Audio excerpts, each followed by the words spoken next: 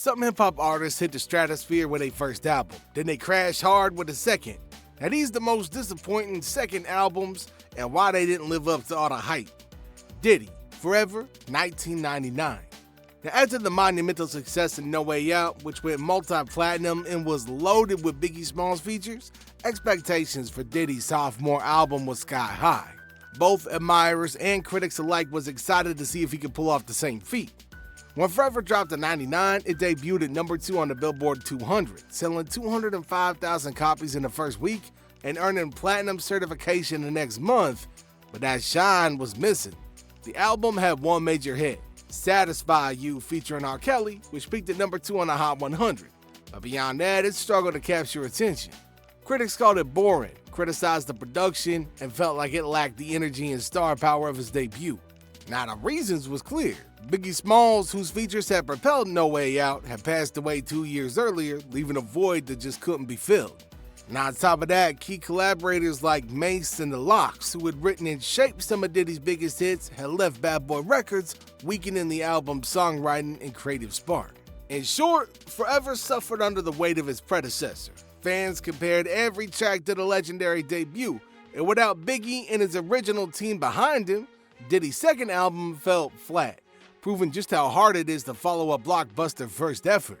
Mike Jones, The Voice, 2009. Alright, so Mike Jones exploded onto the scene in 2005 with Who Was Mike Jones, a debut that went platinum and gave the world viral hits like Black Then and Still Tipping. Everybody knew his name, his phone number, and his catchy persona. When it came time for his follow-up, The Voice, that momentum had vanished. Released 4 years later in '09, it debuted at just number 12 on the Billboard 200, selling only 25,000 copies in its first week, a staggering drop from his debut. Now the album's singles struggled to make an impact. Gimme 50 featuring Hurricane Chris didn't even chart, while Cuddy Buddy and Next to You only saw minor chart success years later, eventually earning gold and platinum stats long after the initial hype faded. Label disputes between Warner Brothers and Swisher House caused mayhem behind the scenes, resulting in uneven releases, very little promotion, and a lot of downgrades. Fans got tired of Mike Jones' gimmick, and the delays only made it worse. In the end, The Voice couldn't compete with the viral energy and excitement of his debut.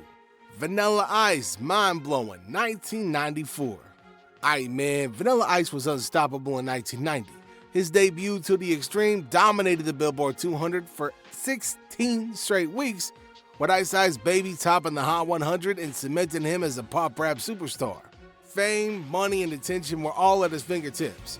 But by the time his sophomore album, Mindblowing, arrived 4 years later in 1994, the world had moved on and Vanilla Ice struggled to catch up. Yo, that album completely failed to chart and was met with scathing reviews. Part of the issue was the 4-year non-communication, which gave the fans a chance to forget and critics a chance to turn on him. A lot of his early fans were put off by the speed at which Vanilla Ice changed from the cute pop rapper to the guy with dreadlocks and a more hardcore lifestyle, all stemming from the overexposure the debut provided. Personal problems like substance abuse and an unstructured lifestyle also affected the music's vibrancy and coherence. Now on top of that, the album itself lacked hits. The catchy hooks and accessible pop appeal of To the Extreme was gone, replaced by content that didn't connect. But he eventually pulled it together and he gave us the ninja rap, so it's all good. Chingy, Powerballin in 2004.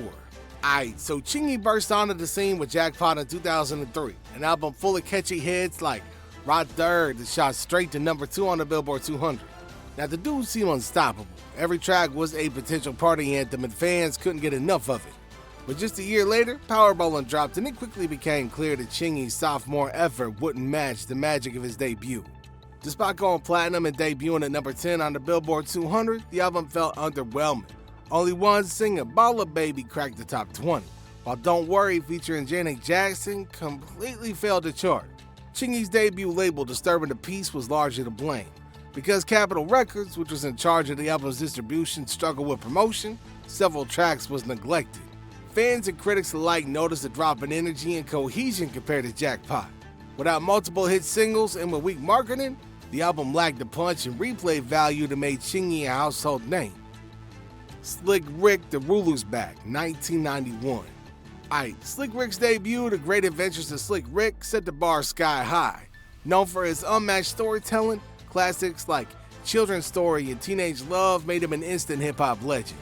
The Ruler's Bag failed to measure up to the high expectations set by fans for his sophomore album. Now, the album did chart at number 29 on the Billboard 200, and the lead single, I Shouldn't Have Done It, reached number 2 on the Hot Rap Singles chart, but that was about the extent of its commercial success. Now, behind the scenes, Slick Rick was facing some serious legal troubles. He had an impending prison sentence that forced him to rush the album's release. Because creative ideas that may have emerged under normal circumstances were jammed into a tight, hurried schedule, some tracks felt incomplete and uneven. Now, while it was pretty clear that he still possessed lyrical talent, critics argued that the album lacked the polish, coherence, and exciting narrative moments that characterized Slick Rick's debut. The album was a typical example of a sophomore attempt hindered more by circumstances than talent, with a need to release it quickly and legal restrictions overshadowing its promise. Make sure you hit like if you ever been let down by a second album. Bryson Tiller True to Self 2017. Alright, so in 2015, Bryson released Trap Soul, which made a significant impact on the music industry, with music that featured memorable melodies, authentic lyrics, and well-known tracks such as Don't, Exchange, and Sorry Not Sorry. After Trap Soul, he was a bright star in the realm of R&B and hip-hop. Although there were some pretty huge expectations for a sophomore effort, True to Self fell short. The album did debut at number 1 on the Billboard 200, selling 107,000 copies in its first week, and eventually earned a gold certification. Fans was left wanting more even when singles like Something Tells Me and Run Me Dry reached gold and platinum status. Trap Soul had a cohesive sense, but True to Self felt unorganized at best. Tiller later confessed that he didn't invest his complete effort or time into it, as he cited personal struggles and legal issues draining him of inspiration. Now, critics and fans alike said the record was unable to match the soul, progress, and emotion depicted in his debut. True to Self, man, it tried to be a contemporary, but it was half-hearted, man.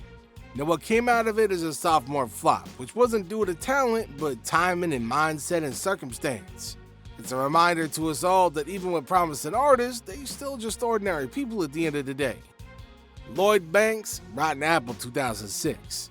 Now, after a massive debut with A Hunger for More in 2004, which topped the Billboard 200 with 434,000 first-week sales, Lloyd was positioned as one of hip-hop's next big solo acts. Yeah, fans had high expectations, but his sophomore effort, Rotten Apple, fell short of the hype. Debuting at number 3 with only 143,000 copies sold, the album struggled to capture the same energy as his first. Part of the problem stemmed from behind-the-scenes issues. Banks' original sophomore project, The Big Withdrawal, leaked online, forcing him to scrap it entirely.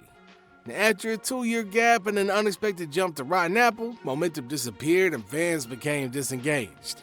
Fans did see one single, Heads Up, chart at number 82 on the Billboard Hot 100, but it failed to sell enough albums or engender enthusiasm. Critics and fans expected a bit more from the album, noting less quality and engaged production, fewer standout tracks, and a feeling of delivery without much engagement and quality. While Banks' skills remained in the lyrics, the lack of hits along with not much promotion made Rotten Apple disappointed by being a bit of a letdown. G-Unit, Terminate on Sight 2009. G-Unit exploded onto the scene with Beg for Mercy in 2003. Debuting at number 3 on the Billboard 200 and quickly going double platinum. The crew had momentum, backed by 50 Cent's unstoppable rise, and fans expected the same dominance with a sophomore release. But Terminate on Sight, dropping 5 years later, just couldn't live up to that hype. Debuting at number 4 with just 102,000 units sold first week, the album was underwhelming compared to their explosive debut. Now, a major factor was the time gap. 5 years is an eternity in hip-hop, and during that period, individual members' popularity waned. Intergroup conflicts hurt cohesion and also reduced 50 Cent's sway with a label and his backing of the album. An album needs its singles to be a hit in order to make an effect, and this album struggled to do that. Critics had a mixed to negative take on their reviews, citing lack of originality and punch compared to Beg for Mercy. Now, in the end, Terminate on Sight is a textbook case, showcasing failing apart due to time delays, internal conflict, diminishing star power, or a combination of the three. Now, even the biggest stars in hip-hop might be impacted by follow-up pressure, as these sophomore slumps show, If y'all enjoyed this, make sure to like and subscribe for even more deep dives.